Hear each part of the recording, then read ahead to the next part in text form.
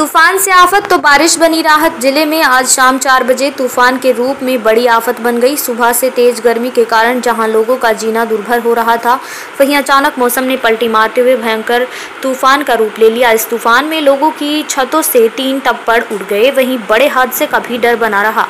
हवा की स्पीड लगभग 100 किलोमीटर प्रति घंटा के आसपास होगी। जहां इस तूफान से लोगों की सांसें अटक रही थी, वहीं कुदरत ने रूप बदलकर बारिश कर दी, जिससे तूफान पर कुछ अंकुश लगा और लोगों ने राहत की सांस ली। इस बारिश ने न केवल तूफान को दबा दिया, बल्कि लोगों के मन में खेती की आग भी जगा दी।